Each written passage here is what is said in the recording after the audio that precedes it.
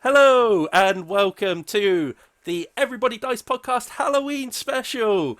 It's a week late, but to hell with it. I am L. Steve Nerico, and I am joined today by... Man, that's not cool. You could have if I knew you were gonna do Ian. You're joined by Ian. Yeah, all right, I get it. I'm annoyed now. I didn't realize you were gonna do a joke around your name. I would have thought of an orc Oh, character with my name in. if it makes you feel any better, it was awful. So, there's Yeah, no but way. like, So just essentially, I hate when I have to explain when someone has to explain their costume and stuff like that. But essentially, no one will get what I am unless they were watching Naughty's indie wrestling. Yeah, El Generico was his name. There was no way I could get it to work with my name, so I just thought sod it and just went with the stupidest thing. Um, but yeah, can you think of one like on the fly or not no, I really? can't think of any puns, but I always revert to the fact that there's an orc called Shagrat Okay. in Lord. It's a Lord of the Rings orc. Oh right, okay. I did not know that. His name is Shagrat. Ah, lovely. There must be some like cool Urukai names. Hang on. Yeah, but Uruk anyway, names. as we're talking about Halloween on this episode, our main topic, by the way, we haven't really got any games to talk about on this one outside of the news, so we're going to talk about can a board game be scary, or a tabletop game even be scary, although you already know that from the description and the title of this video. But anyway, how was your Halloween? Did you get up to much at all? I was at work, You were at work. and for the first time in many years, I didn't even dress up. Oh, okay. Yeah, So, a bit of an uneventful Halloween this year. yeah. I came home and I threw a single Freddo at a child. A single Freddo at a child. I got absolutely zero trick or treaters this year, Oh, right. and I don't think. I think in the entire time that we've been living in this house, I think we've had one over, God, like 15 years now. It's weird. Like from coming to my house that it's got a weird way of getting in, and I think people just don't Yeah, bother. I've had enough Deliveroo people and stuff like that having to phone to say I'm outside your house because they can't figure out how to get in. So it is strange. yeah, it's not very visible. But yeah, I just kind of like for Halloween just watched a few films and stuff. Like went back and watched a few classics like The Fog. Got to Hmm. get at least some sort of John Carpenter film in there. Um, and oh, what else did I watch? I watched Alien. Um, Well, see, that's a good one for Halloween film. it's a slasher in space, basically. The sci-fi element is the backdrop to a horror film, unlike Aliens, where it's very much a sci-fi film. Um, it's interesting though. Yeah, really like enjoyed going back and watching some like good Halloween. Well, almost all good Halloween films, but yeah, made a bit of a thing of it. So I take it you didn't really watch any Halloweeny kind of films or anything like that. So, no, not at all. You're not Uh, a I, huge yeah, horror guy, I are you? I don't think. no. I normally I'd do stuff for Halloween. I just think I wasn't really in the mood for Halloween this year, and it came at a time where I was just like not interested. There's always like films out there that are Halloweeny enough without really being horror. Like Ghostbusters, I would say is a perfectly good Halloween Yeah. film, for example. And I think people that aren't into the whole horror film kind of thing will still kind of appreciate a film like that. Yeah, I think like for a something modern to think about Halloween, I think Stranger Things is Yeah, a yeah, great that's a shout. good one. Yeah, just it seems like these days, like if you're after something a bit scary-ish or sci-fi-ish, you're far better served with TV series rather than films these days. Yeah, I think so. But yeah. Anyway, enough of that. Let's get into some gaming stuff. Starting off with the news.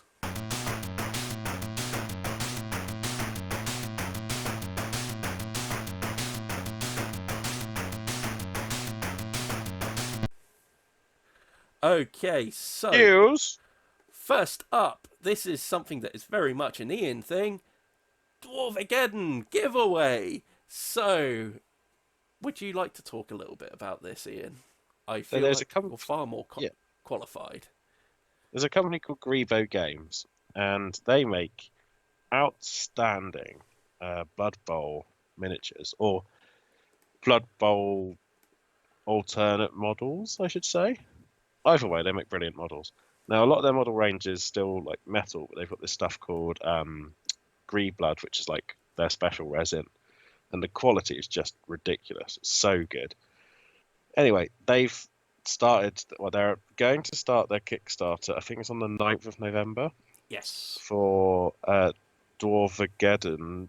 Dwarvageddoom? It's basically Dwarvageddoom, yeah, yeah. yeah, Chaos Dwarfs.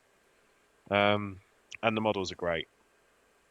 If you visit their Facebook page or their Instagram, they're doing a lot of giveaways on it as well, of which I have attempted to be part of because it doesn't matter what happens, I will be buying this team anyway. So to get it for free would be super. But yeah, I hardly recommend having a look. If like you're not interested in Chaos Dwarfs, their other stuff's great. I use their Minotaur in my Chaos team instead of the GW Minotaur, or even though I have both. Yeah. Their models are great, really, really good. I heartily recommend it. But it's one of those where they're doing a big sort of build up for it. But it's another one of those teams that you Games Workshop haven't really given any love to.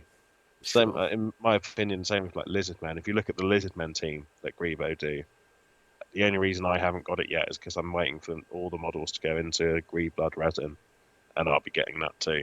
So Okay. yeah, heartily recommend that. And on a related note, Warhammer Day announced that they're doing Dungeon Bowl. That's coming back in a box game format. So I'll be using my Chaos Dwarfs in Dungeon Bowl, hopefully. Very That'd be a good. dream. You've been doing a bit of Blood Bowl recently as well, haven't you? Yeah, I've only really been doing it on the game because no one's around to play it with.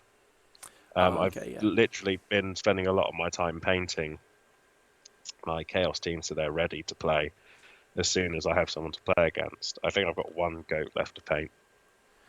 Yeah. It's all after. I think we discussed it on a podcast before, didn't we? They're all named after goats and stuff like that. Aren't they called the Well, Men Who Stare at Goats or something like the that? Or team is called the Men Who Stare at Goats. yeah. The Minotaur is called the Goat, as in the greatest of all time. And then the four Chaos Warriors are named after actors who portrayed the main characters in the film The Men Who Stare at Goats, i.e., Ewan McGregor, because it's a joke about sheep. Yeah. Yeah. And then the rest of the team are just celebrities, but with or like references with joke goat names or sheep names. So my favourite is Vincent Ram Goat, Right. like Okay. Vincent Van Gogh. Yes. Vincent Ram Goat. I know you were quite keen of Arnold Schwarzenegger. Yes. I'm You a like big that? fan. Star player. Um, Yeah. get me a jersey. A kind of like a replica jersey with that on the back, please. I was discussing this with people at work, and someone mentioned that why don't I have a player called Jensen Mutton? And I'm furious that I didn't think of that because I quite like that. Yeah. Yeah. That's fine. I think it's better than Alan Shearer because that's just lazy. Uh, well, yeah, but it makes thematic sense, doesn't it? Don't even Yeah, have to change anything there, you know. I prefer Jensen Mutton. Yeah. Although the best in every experience I've had playing Blood Bowl, the only goat who ever performs at a higher standard than anyone else is a goat called Diane Bleaton. Yeah. She always performs. Don't know why, just happens that way. Yeah. Maybe it's favoritism on my part. I always give her the ball or something, but I don't know. It's like when you Diane Bleaton. it's like when you make a custom football team on like FIFA or something like that, and you know that you're always going to have the player you named after you. Oh, they've got the ball, shoot, kind of thing. I Yeah, suppose. it's exactly that, except I'm not Diane in any way. But she's your favourite. Yeah, I think it's the first one I named, and I was like, great joke. And it is, yeah. It's an okay joke. It's a pretty good renaming to suit purpose, shall we say. Sure. I'll take any credit you're giving me for it, but like, I like it. That's all that Yeah, matters. yeah, it's a good name. Um, do you what is the deal with Dungeon Bowl exactly? Just going back to that a minute. So, like, I'm pretty sure it is just a dungeon crawler mixed with Blood Bowl. So I know you get like treasure and stuff, mm, and you rummage through chests. And I know it's like sudden death. You only have to score one touchdown to win the game, but okay. it's a dungeon, so it's pretty hard to get to the other end and score a touchdown with the ball. So the way you described it was the setup. Like before we came on air, you said that the setup is a little similar to Space Hulk in the way Yeah, that sure. So you've it's like got tight the corridors and things like that. Yeah, rather than a pitch. yeah.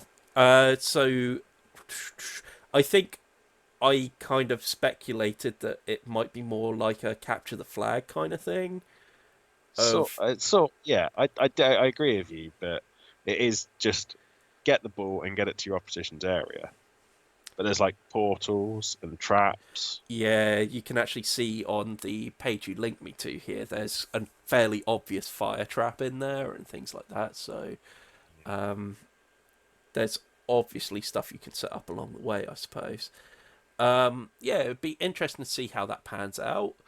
Um, Not quite sure how Blood Bowly as such it's going to be. I It think almost for you, it might make Blood Bowl bearable.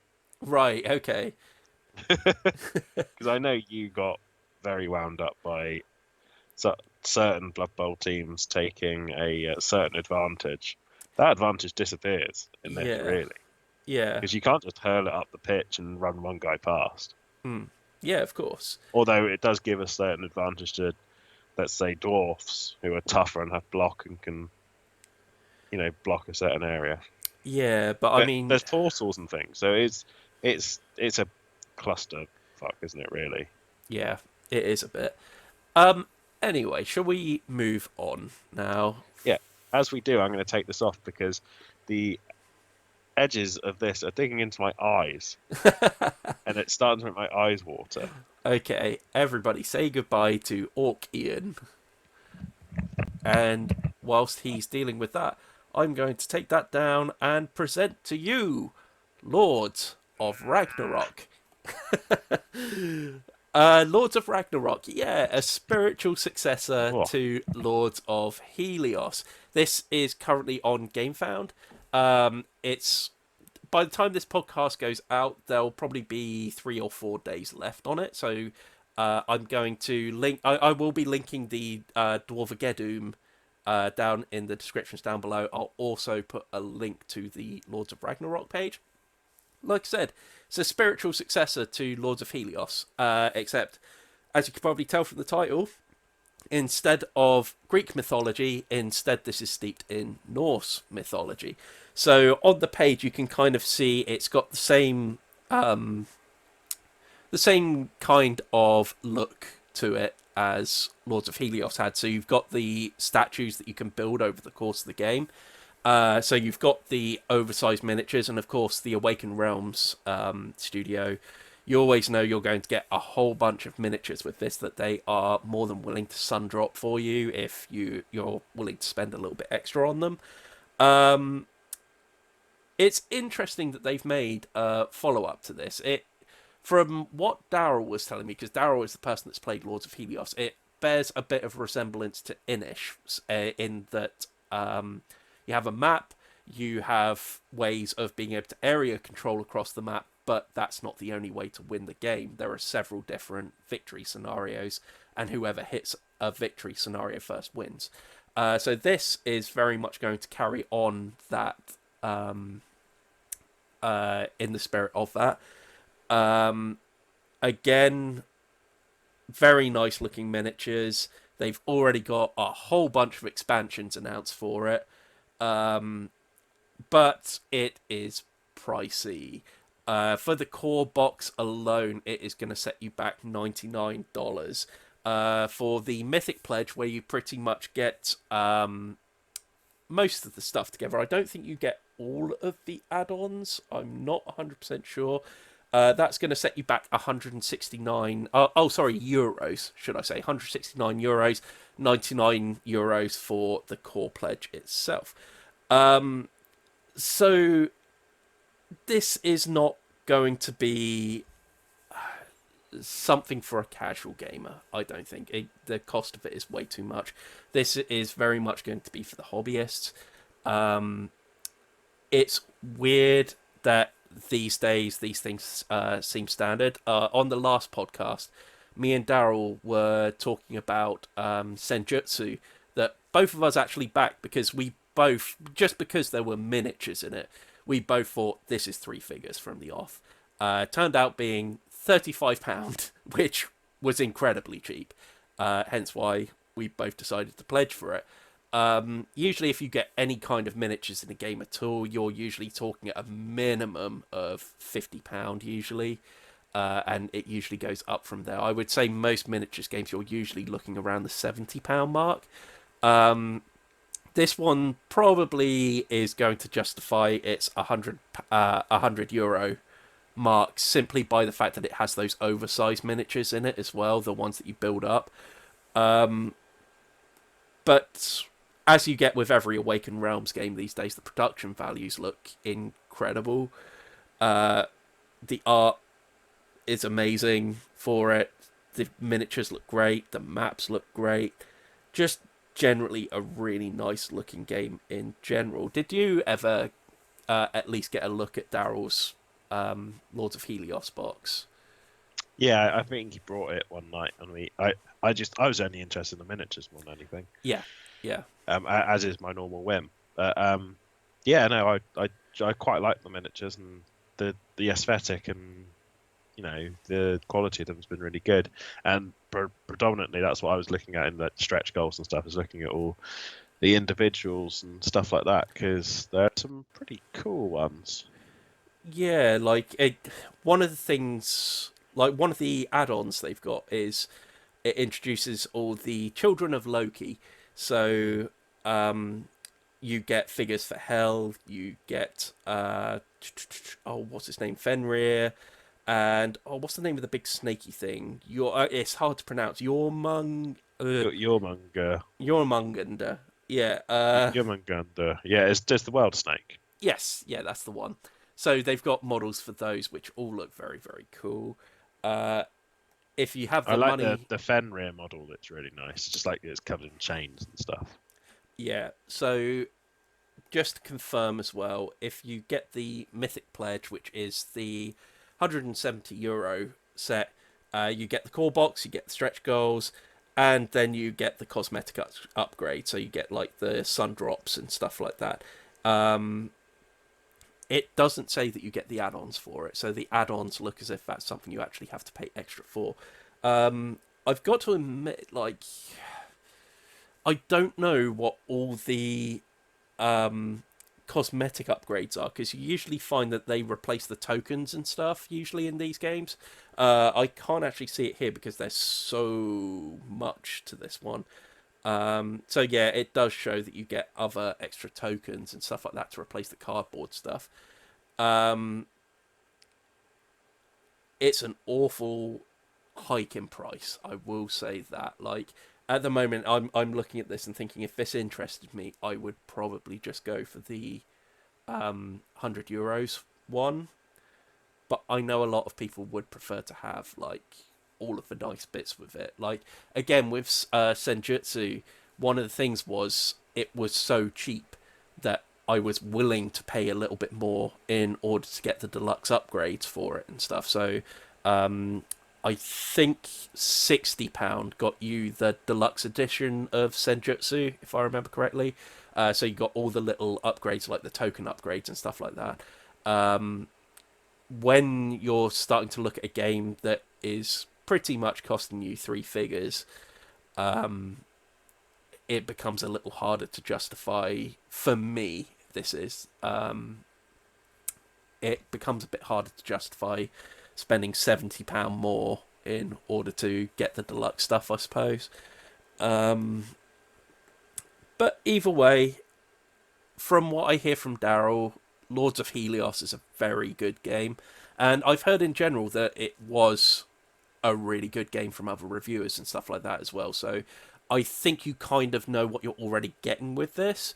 I would say if you were a fan and you're looking at that monetary value and thinking that's not much of a problem with me, it's a safe buy, I would say. But that's really it. That's all we've got in the news this week. We haven't got a lot more to talk about there. Yeah, I mean, I would always say that it's been like Warhammer Day, so there's GW stuff, but I don't think we particularly want to go into detail on a lot of their stuff, do we? Yeah, so I'm not fussed. Dungeon Bowl's given me a cheeky little wake-up call on something cool that's happening, but there's some other bits that are worth looking at. This new Warcry stuff, but other than that, yeah. Okay, so I suppose all there is now is to move on to our big topic.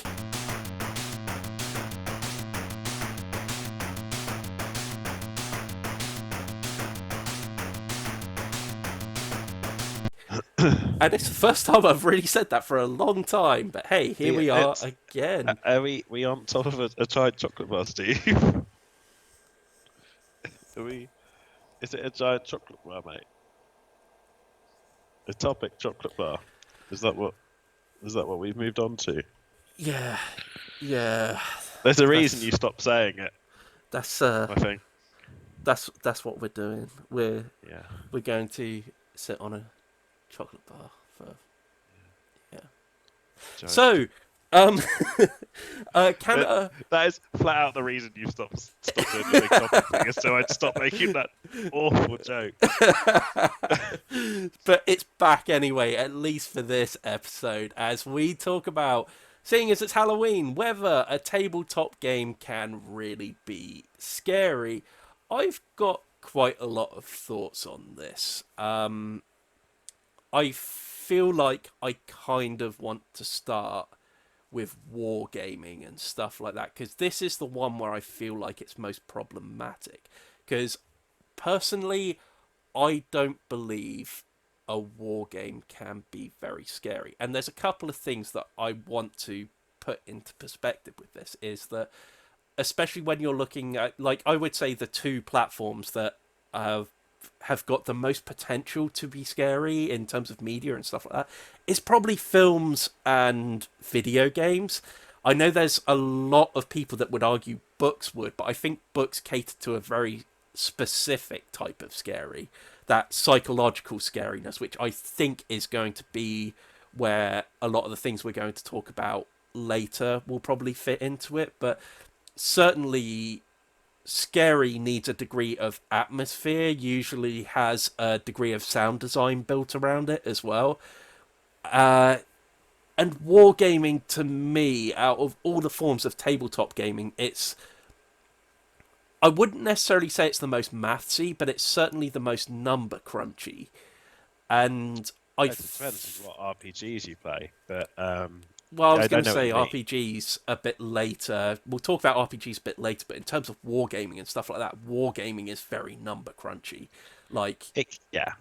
And I think it's maths disguised by toy soldiers. Yeah, I think that's inherently where the problem is and why you can't really have a scary thing there. So, in a way, you could say that's the major downfall, especially of a game like Malifaux. Because every time, a big creature, I've got a big scary creature here that's going to jump out from there and attack him. Now I'm going to roll some dice, and we're going to see whether it hits or not. And that kind of... It kills the imagination of it, isn't it? Because you're like, this creature is going to do this horrible thing to you, represented in this case by a D6. Yeah, it's less scary. There are times where a dice roll can be terrifying, but I guess you need to define what you mean by scary, because it being tense and, that sort of thing is different to being genuinely scared, I think. And I think this is the problem we're going to face mostly with both wargaming and board gaming, that a lot of them are often built around tension. You know what the problem is. It's not something that's jumped out of the blue. You know it's there, and you're trying to deal with it. And sometimes, if it depends on a dice roll and someone rolls it, that's tension at that point, which isn't quite the same thing as scary, I suppose. Sure. Likewise, with something like Malifaux, the models are creepy. Like you've got your kind of like lab doctors that go around with a syringe that are going to stick it in someone and stuff like that in Malifaux. Like that's creepy, but I still wouldn't say it's necessarily scary. Like it's trying to define what the boundaries are there. Like you mentioned a second ago of what is what, I suppose. Yeah, because I'd go so far as if we're talking about wargaming, there are elements of stuff like 40k that's scary. Yeah. Like, if you go into the lore, or like some of the character models are designed to be creepy, or they're inspired by creepy things from, like Tyrannids are alien-esque. Yeah. But am I scared by them? Like, if I was playing like a war game, and the only time I'd probably ever go, that is scary, is when someone plays a powerful model and they grab a big handful of dice. I go, that is a scary number, and that's not Yeah. it's not the same thing. Definitely. A scary number of dice is like, oh, cool, I'm about to see all the things I painted die. Is not actually scared. I'm just, yeah, it's different. It's not fear, is it? Yeah. I mean, it's not even being tense. The only time I can think of being tense in a war game scenario is having a very close game and it coming down to the last couple of dice rolls. But even then, it sort of ends up being funny. Yeah. Yeah, definitely. Like I know I had a game against Andy in 40k where we had a dreadnought punching an orc vehicle, and and they're both on very low health, and we were waiting to see whether one exploded and took the other one with it. That was us going, oh, with every dice roll. But yeah, it wasn't fear. It was tense and interesting in a different way. Exciting. yeah, I think like there's no like I have to be very careful how I word this here, that like there are no psychological element like in terms of human fear and stuff like that, there's no psychological elements at all to wargaming, I suppose is kind of what I'm trying to say. There is psychology to them, but the psychology is based in something else. It's not ever really based in scaring your other opponent and things like that. Like there's genuine scare tactics and things like that in war and stuff like that, but it's not something that translates very well to rolling dice in a war game. The effects of like a scare tactic or a program of fear to disrupt your opponent are badly translated, as you say, onto a tabletop. Yeah. So, I mean, I know this has been quick, but I think we can kind of agree here that wargaming is a big ask to make something scary of them. I'm not gonna sit here and say it's absolutely impossible. I'm saying I can't really see how you could make it scary, and there isn't a war game that I've personally given a try that I would consider scary, I think. So let's move on to board gaming now, because this is where I find it a little more interesting, simply because I think it suffers in this instance from a lot of the same things as wargaming, in that a lot of the time you're presented with a problem. Then usually, like, a lot of these scary games tend to be cooperative games, and you have to basically, depending on the system, you then have to solve the problem. And there's usually a system in place that allows you to do that. Like, we've played horror-themed games before. Like, we have played Betrayal at House on Hill, we've played Mansions of Madness.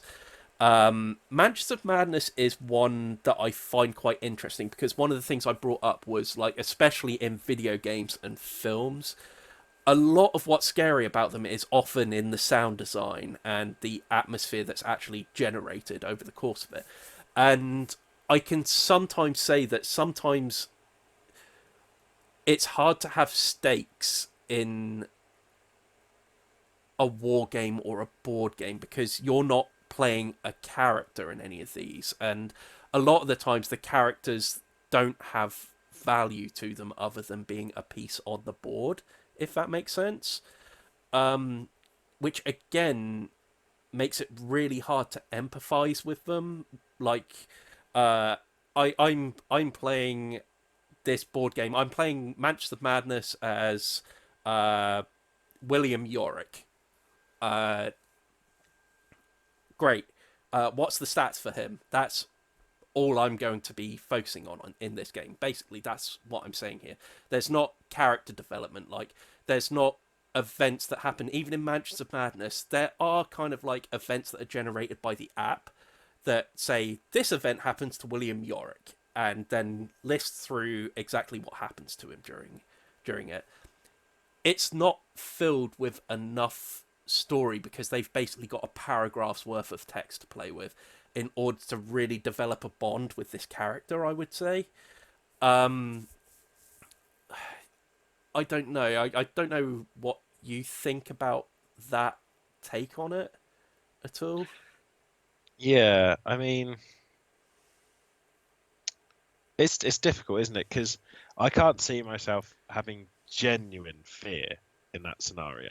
Yeah. I mean, Does that make sense? we've played both of them, and I can't think of a time where it was scary. Again, I'm remembering a lot of times when things were tense, like Tense for sure. Like I know when I can't remember what game we were playing, but I was chasing Helen. yeah, that was Betrayal at House on the Hill. Yeah, and I know everyone was going like, "Oh, he's coming," sort of thing. But yeah, I don't. No one was like, "Oh my God, he's nearly there. Run, run!" It was more like, "Oh, he's gonna get you." It's not fear again. It's almost excitement.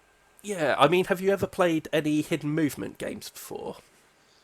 I mean, I feel like I definitely have. I couldn't name off the top of my head. They're the ones where usually one person plays as an invisible piece on the board and they're writing down where they're moving, and everyone else is trying to find them, or in the case of the last Friday, trying to escape them. Sure. So the last Friday is a slasher game where one person's playing as the serial killer, and everyone else is trying to run away from them in a very Friday the 13th kind of style. It's really hard to like that game. It isn't great, and a lot of the problem is that you can't make the killer too scary because you can't make him too much of a threat because otherwise the game will be over way too quick. Generally, you find that every so often the killer manages to catch up to someone and kill them, but usually, in the time it takes for a round to play out, most people are able to stay away from him because there's so many spaces on the board and the killer has to move around in such a way, kind of thing. Like I would, I've never played a game like that where fear was the driving factor. yeah, but it doesn't quite work, and I think it's because although the killer only has to touch you on your space and then you're dead in that case, it just seems like because there's so much for wide open space, and quite a lot of the time the killer will do something that alerts them to his presence and stuff like that. And as soon as they see that, it's kind of okay, we'll spend a few turns moving away from him, and if he kills one person on the board, which happens from time to time, everyone knows exactly where the killer is at that point, and the killer has to try and move in an intelligent way that they stay hidden, basically. Like, for example, if someone died on the southwestern part of the board, everyone would just go, right, let's head to the northeast then, because he's got no way of being able to get quickly over into the Yeah. northeast part of the board, for example.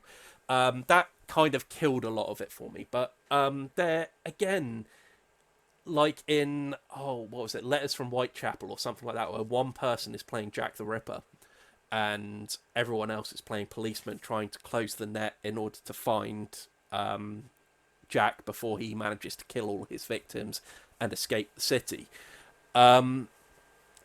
Again, I can see how that would be tense for Jack, not necessarily for everyone else. Ironically, yeah.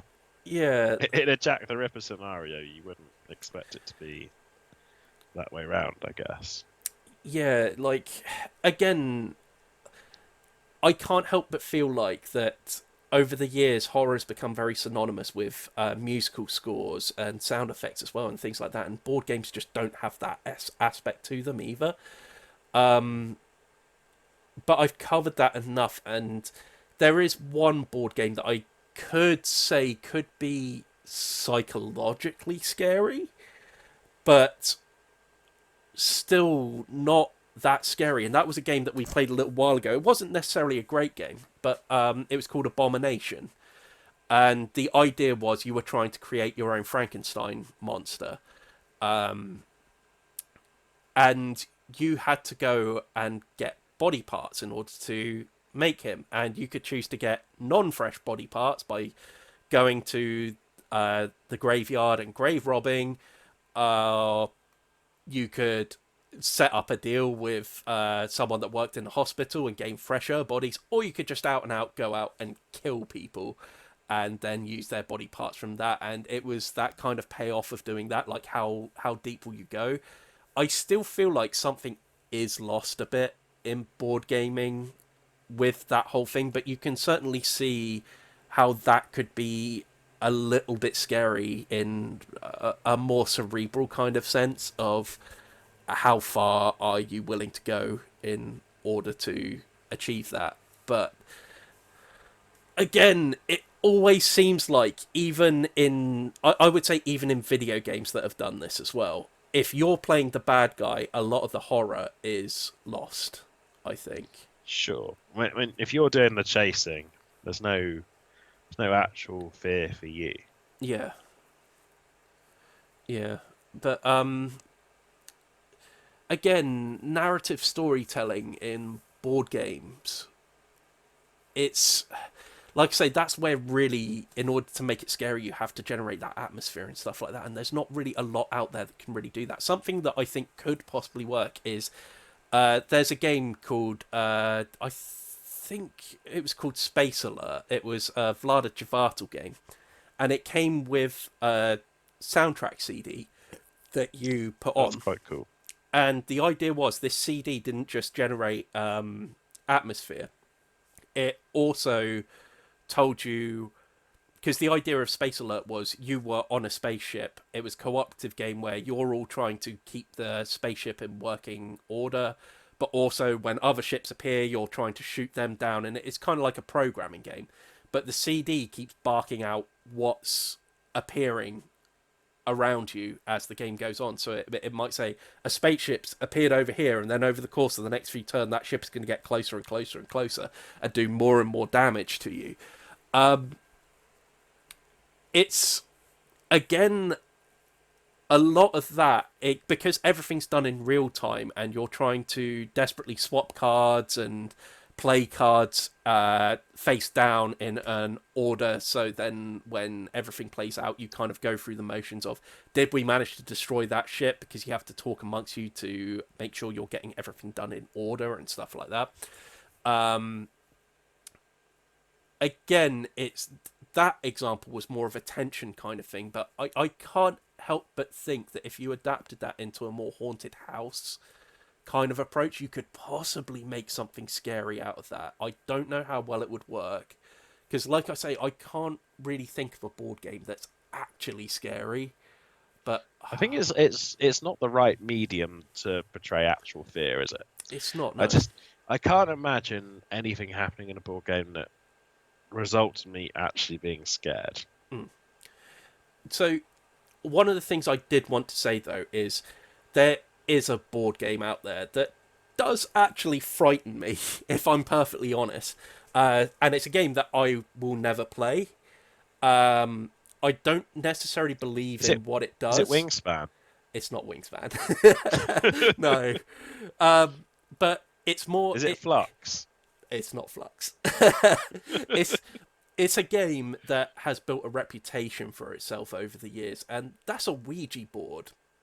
Like the Right. the concept of it does kind of frighten me. Like over the years, thanks to things like films and general media hysteria and stuff like that, this idea of a board game that could genuinely bring demonic entities into your house, I don't believe at all it actually does that. But there's that little thing that would be in my head as I was playing it that would mess with me. And regardless of whether we've played around with it, it's spelt out a few things and then it's gone goodbye. Whether it's someone else around the table or not, I feel like I wouldn't get any sleep that night because it would be playing in my head.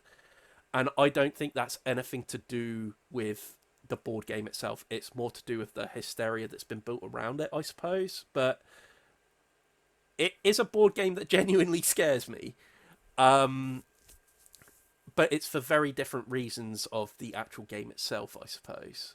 Like, uh, I mean, even where we live, there is an old story about a child that did have things happen to them that was similar to the sort of stuff that happened in The Exorcist. And the family moved out of their house, moved away, and I think the account was they took the spirit that was with them, I suppose. Right. And so the house wasn't haunted. It turned out the kid was haunted or something like that. But I think especially when you know that regardless of how much of a fraud it was or anything like that, like it still has embedded that little element of fear in me that if someone ever brought a Ouija board round to my house and said, "Hey, do you want to play this?" I would go, "No, I'm not playing that," you know. But again, I'm not sure whether I can attribute that to the actual game itself. I don't know. What would you say about something like that? I'd never thought of a Ouija board as a game. I think it was Parker Brothers that originally released it. It was originally marketed as a board game. Weird. I'd never thought of it as a. I'd never looked at it in a frame of reference of gaming. I think that's probably the closest we're gonna get to a board game that's scary. Yeah. Like, I can't imagine actually being scared by it, but like you said, it's the sort of thing that makes you go, There's like the idea of having like a bad dream about loads of spiders being everywhere, and when you wake up from your bad dream, you're like slightly on edge. Yeah. From the spiders, it's that sort of thing. The thought of it is still at the forefront of your mind, whether you're actually scared of it or not. And in hindsight, you'd look back and go, "That was stupid." Yeah. Oh man, I'm trying to find where it was actually released as a board game. Like, now that I'm looking at it, it's saying that it dates back to like ancient Chinese times where they had automatic writing processes and stuff like that. But I'm sure like one of the major board game companies actually released it as a board game before anything else. It looks like I could be wrong about that because it looks like the trademark registration of Ouija was 1891. So I imagine that predates board games, if I'm perfectly honest with you. Really? Nah. Well, We've had this discussion before, haven't we? What the earliest board games were. yeah. The earliest board game, like you're talking Senate and things like that. Like 1891 is not old in the grand scheme of things. But I'm quite interested to see when it was because I'm absolutely dead certain it was released as a board game originally. Oh yes, like it's listed as a harmless family game. But it looks like the first few advertisements started appearing in papers in 1891. It was sold for $1.50 originally. It's I can't seem to find Game of the where it was Goose released.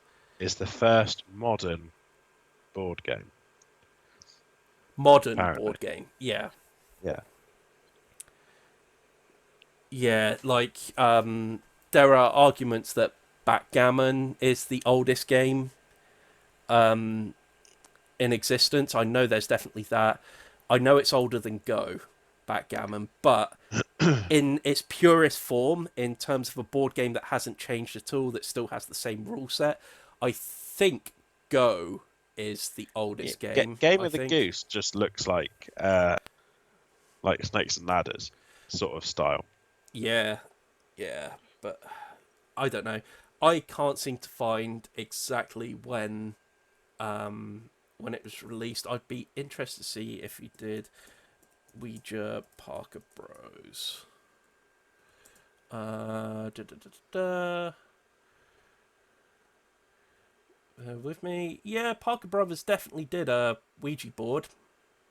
Um, so you know that is Parker Brothers and later Hasbro Of actually released course. Ouija boards. Yeah, Hasbro because they acquired Parker Brothers, Right. so it was taken under their wing. But yeah, it was definitely sold as a board game for a time. So I would argue that's a board game that scares some people because it certainly scares me. Sure. But yeah, Monopoly scares me. just the whole idea of sitting Not around playing for it, 3 hours of boredom. the idea of being forced to play Monopoly scares me. That at one point in my life, it's likely I'm going to have to play Monopoly again at one point. Oh, and just fearing It's that like, day. yeah, it's like knowing that at one point you're going to have a cold. Yeah, Like you're never, you've almost never had your last cold. Do you know what I mean? yeah, In sure. your head, you're like, oh God, that cold was awful. I'm probably going to have one again at one point. Not this year, maybe a year later, but like I'm going to have one at one point. Yeah, That's how I feel about Monopoly. It's going to be forced on me at one stage. It's just how long can I put it off for? yeah, definitely.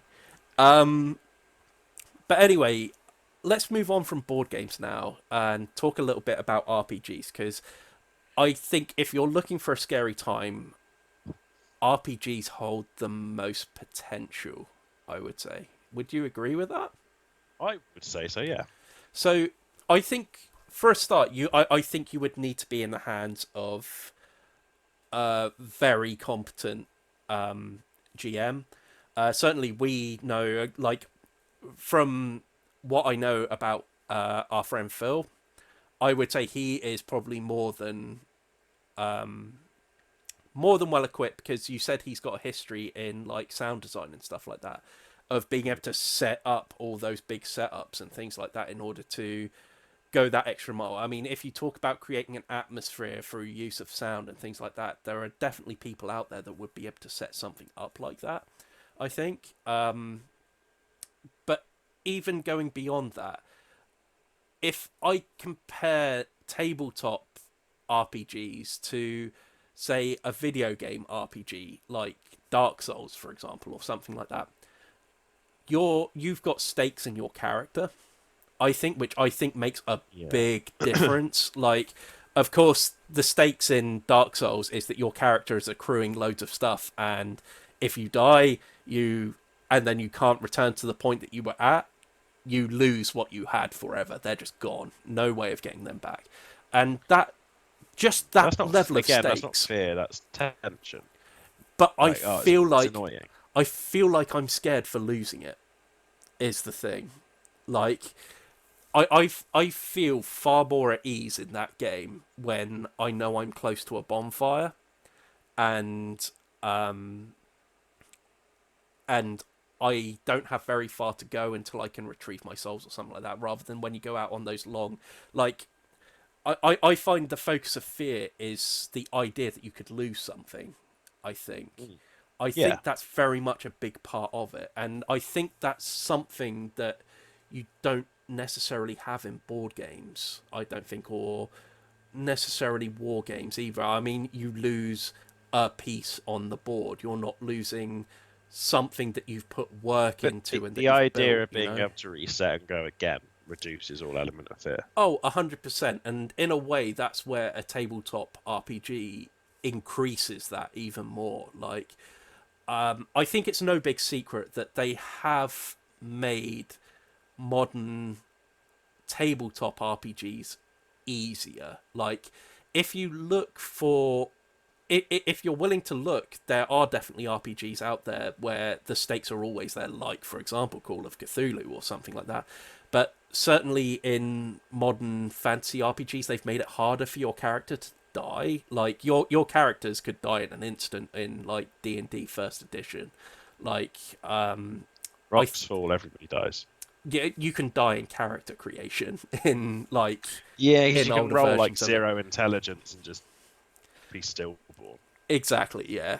It's Which horrible. is kind of unnecessary, I think. So I think they've done it in a way to make it more accessible, rather than you've spent the last half hour making this character, make one roll, and oh, they're dead, they're gone. They've got a zero in intelligence. That's it.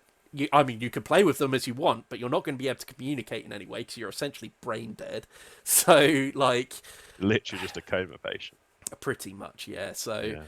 um, there is that. Like, that's not to say that the threat of death still isn't there. I mean, you you keep telling me about plenty of games that you've played where characters have died still, and having that threat of, yeah, your character's dead, they're gone, they're not coming back, there's no reset button, make a new character, like, that's Yeah. It's that in different. itself is scary, you know. Yeah, it's not like Dark Souls or something where you just respawn. It's you lose something that you're invested in. Yeah. And like I've got two current characters on the go in two RPGs. One of them is a gunslinger and the other is a warlock. One has the very real possibility of dying. The other one, not so much. I Hmm. don't think my warlock I don't think will die. I think if he dies, Sean will make him the big bad boss. Sure, And sure. like he's gotten to like a stage of being importance in the story that I think if he dies, he'll become a channeling entity for another part of the story. And at that point, I don't think I've lost the character, so I have no fear of Death Null's death. He won't die. So He'll just he'll just eat souls until Sean decides he's the bad guy now. yeah, But so Erica is my gunslinger, and I just think, yeah, she could die, and that would be sad. Who would yeah. look after her parrot?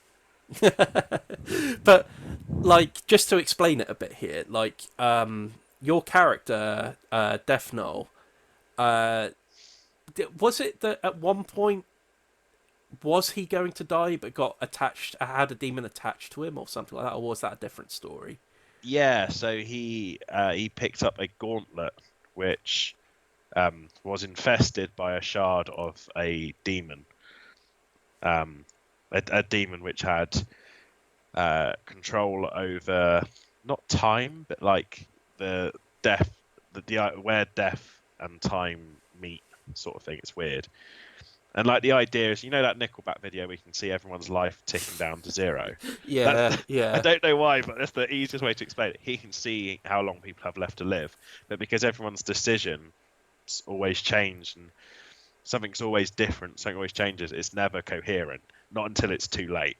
yeah, That's the tragic point is that he needed to try and save someone, and in that instance he got that sight to see how long they had left to see what he could do about it. But obviously at the point where the clock is ticking consistently, there's nothing he could have done.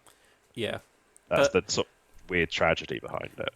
I mean, that in itself, like, that flexibility can also cause scary moments in itself, where an intelligent DM, rather than killing off a character, may do something horrific to them instead. They'll save their life, but they'll Oh, give for them sure.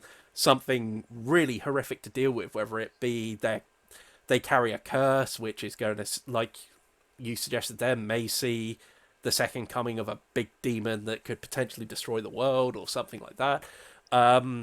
I always remember one of the stories that I think YouTuber called Spoonie was always telling before was about how his brother's character was pretty much bleeding out, and he had this decision where he had a vial of like werewolf's blood or something like that, and he just drank it, kind of thing. Just in like, I think the DM said, "You are going to die. You may have something that can help you," or something like that. And it's kind Yeah. of like there's something quite horrific about the idea of, do I let myself die, or do I essentially turn myself into a werewolf or something like that, And it's not like you're going to become a werewolf and you're going to be able to control everything you do. It's going to be more, okay, you're going to become a werewolf, and chances are you're going to go absolutely berserk, and Yeah. you're going to murder anything around you, kind of thing. And you're not going. It's that whole thing of saying you're going to live, but an element of control is going to be taken away from you. Is quite a Yeah. So scary concept. that's sort of what I'm expecting. I almost said hoping, but what I'm expecting to happen to Death Note, because he is a human rogue Mm. that's half. He has like the demon whispering in his head constantly, and the demon is chaotic. I think he's chaotic neutral. Actually, it might be chaotic evil, but the character himself, Erling, is neutral good. Mm. So he's just like a kind of normal guy. And I feel like the moment the human element of that character dies, he becomes this horrible thing that I can't control. Yeah. I think the we started a normal campaign and it's turned into Avernus, Yeah. which obviously I think we've discussed a couple of times. And there's just that inkling part of me that's like, Sean is so attached to all the nasty, horrible potential there is behind Death Knell. I just have this horrible feeling that if I make a mistake and he dies, it's hard for him to die because he keeps eating the souls of everybody else. But like, should I overstep the mark and he's killed, Yeah. I think it will just kill his physical form and he will just become a horrible demon. Yeah. Because at the moment, I'm going around collecting the different shards of Death Knell's soul. Mm. And I think at the end of that, Sean's going to be like, cool, you've united all the shards of a horribly powerful demon. It rips out of your human form and it kills the rest of the group. It's just what I'm expecting, and I can't wait.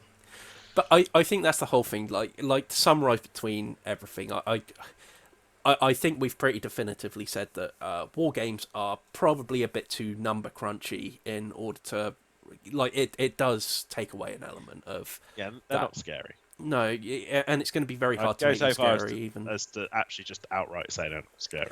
Yeah, I'd be happy to make that assumption as well. Board games with app-driven stuff and things like that, the potential is there. I still do not think they're there though at all. Like board gaming, there are also narrative-driven board games now. I know a lot of them tend to be with apps and stuff like that as well. I still feel as if there was a horror version of Gloomhaven or something like that, then I could see where it could be, but I've seen no evidence of something like that really happening yet. Whereas RPGs have the potential to do all of it. Like, what I meant to touch on a bit more as well is, like, in the hands of someone like our friend Phil and stuff, the idea that not only could you create an atmosphere, you could have appropriate music that could be playing whilst you're doing these things and things like that, but also if you can add in even orchestral stings and stuff like that, it's amazing how much something like that would add to it. And RPGs have that flexibility to allow you to have things like that. Like, in terms of board games, like Mansions of Madness, you always have those elements when the app will go, or something like that as a Mythos event hits. But it happens every time a Mythos event hits. And so it becomes predictable. And when things become predictable, like, maybe I got scared by that noise the first time we played it. But Yeah. by second, third time, it's lost it. With an RPG, where if you have someone that has absolute control of it and actually has lots of different things that they can add in at different times, like, the possibilities are endless with it. Like, I could easily see how something like that could be scary and be made into a scary experience. I mean, Something I completely forgot about was Yeah. Phil's Call of Cthulhu campaign. Yes. Yeah. which did end a bit scary. Yeah. Um, like I'm pretty sure Sean got set on fire. Oh, Like right. it got real scary. Like the problem with it was, and it's not a criticism of Phil, it's more of what we did. It was sort of a one shot, Mm. which means my attachment to my character was pretty meh. It was more I, minimal than it would be during a longer drawn out sure, campaign. but I got attached to my character, and I had to come to terms with the emotional agony of finding out that his wife was killed. And like Yeah. my whole goal was finding the wife and getting her back and finding out what happened to her, but getting her back. That was almost like in his like head the only thing that mattered, sort of thing. Yeah. Um, and it did get to a stage where like obviously we had a sanity tab where you know it became fairly. I think he had a flashback where she got ripped in half, Mm. and my sanity dipped to like the lowest. It like got to like 1 out of my max, and I had to get into my character's head and role play a man whose life had completely fallen apart. Yeah. And yeah, it got real, spoopy Mm. because like everyone's characters were falling apart in their own way and getting paranoid, or someone's character just had like constantly had to wash. They felt dirty, and they're all hiding their like symptoms of the horrible things this eldritch beast had done to them. So yeah, it was a really good campaign, and I think the only way it could have been better where I'm more attached to the character I was playing, because it would have been absolutely harrowing to watch someone who, even though they're like a made up person, watch someone who I was attached to, watch their life fall apart. Yeah. But like I was moderately attached to this character, and their life fell apart, and I was still like, oh God, no, Mm. no, she got ripped in half, no. But yeah, I mean, it's an advantage that RPGs are going to have over board games, always. Like, It's that um, attachment, isn't yeah, I say, I feel like even if we were to sit here and talk about our experiences with Betrayal at House on the Hill, which is a game we love as well. Same with Mansions of Madness, a game absolutely love, but when it comes to being scared whilst playing them, it always feels like it falls short of that. Like, how often does Betrayal at House on the Hill become funny rather than scary? Because it? Yeah, like the random cat. Was events it the happen and stuff. cats? Yeah, What was the one? we had, yeah, it was. Didn't Daryl fall through a hole in the floor or something, and there were a bunch of Yeah. cats or something like that? And um, I think you can kind of get caught up in the silliness of it. Like, you could end up with a girl carrying a teddy bear wandering around this house, and the next thing you know, she's got a spear and a shotgun and Yeah. is an offense machine, and all of a sudden, like, it feels like even if a big monstrosity kind of like starts lurching its way towards her or something like that, it kind of feels a little less so. Like, people will start laughing at the idea of who's actually going to come out on top of this one. The little girl might actually have it here, Yeah. and it kind of diffuses a lot of the scariness in a situation. I think um like a medium that I find can be quite scary is video games, for example. And a lot of what's scary, like one of the scariest games I've ever played is Silent Hill 2, and it has nothing to do with the jump scares or anything like that. The idea is that you're playing a character that can't fight his way through crap. Like, he is not an offense machine at all. Like, it's very psychological. It's very much the world is built in a way that it's reflecting his personality and stuff. And you're slowly realizing that this character you're playing at is not a very nice person, or he has a lot of issues and stuff like that. And I'm sure by this point everyone knows the stories of like the nurses representing like his lustful thoughts and things like that. Pyramid Head is to do with him being sexually aggressive and stuff like that. It's a real opening of a book. Like, the atmosphere is very creepy, and it builds and builds and builds as he doesn't necessarily see himself as a bad person, but dawned on him over the course of it that he was never that great a husband and stuff like that, and he ended up killing. I think it's insinuated that he killed his wife, and she's in the boot of the car that you turned up in at the beginning of the game. You know, there's lots of really horrific things that kind of unfold like that over the course of the game. But it's something that, you know, those kind of serious stories and stuff like that don't translate to board games very well. They're stories, like you said, with your Call of Cthulhu character. You can make stories like that in an RPG. A board game is very set in how it's going to play.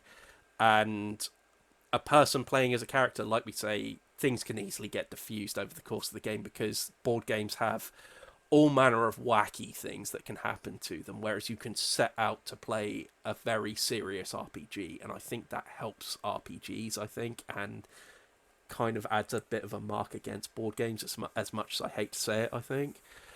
Yeah, I'd agree with that. But, you know, that's not to say that games that are trying to be scary can't necessarily be fun. Like we said, we've had lots of fun with Betrayal at House on the Hill, had lots of fun with Mansions of Madness as well. You know, it's even a game like Arkham Horror, which me and Daryl absolutely love. I still don't feel as if it's necessarily scary. But yeah, if you are looking for a genuinely frightening time, I think we can both agree that RPGs is the way to go, I think. Yeah, I think the more important thing, even if it's not RPGs, but it's that form of attachment. Yeah. Because it's not like other media where you can get a cheap thrill out of someone by giving them a jump scare. Yeah. You know, and I think that's the cheapest, utterly like dregs level, sort of fear response is Sure. getting someone like that. It's literally just that. For me, it's lazy. If you're gonna, it has its place, but the sort of media that uses jump scares to get their end goal, I just think, why bother? I think a jump scare has to be earned rather than. Yes, and I think a lot of media will just use it liberally in order to get their scares, and I think that's trash. And it's mostly why I don't watch horror films, because I feel like most modern horror films, at least, use their jump scares too liberally and in a way that sort of does disservice to what they're trying to do. Whereas there's stuff like Alien, where it has its own thing going on. That I think there's definitely a jump scare in Alien. I can't even think of one for an example. 100%, like the But scenes in the vents and stuff like that, where the alien does the whole thing. Yeah, but like I don't think that jump scare is cheap because it's well earned, like you say. Yeah. But you can't really get that in this medium. So a lot of the fear really comes from expectation and emotional attachment. I think RPG does that best. Oh, 100%. But anyway, I feel like we've come to the end of this podcast. If you disagree with us in any way, if you have examples of scary war games, board games, or like RPGs, like we said, we feel like you can make something scary of them. But if you even have a story about any scary RPGs you've played before, please do let us know about them in the comments down below. Any closing thoughts before we call it here?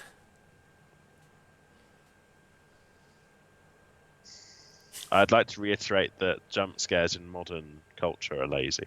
Sure. Okay. And that watching your wife get ripped in half is scary. Yes. I can agree with that. Anyway, thank you very much for joining us on this episode of the podcast.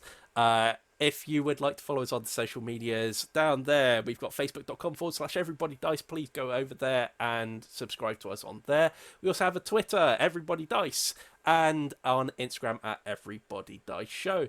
If you've enjoyed this podcast, please do give it a like, share, and subscribe if you haven't already. And there should be some other videos on screen right now. If you could just give some of those click.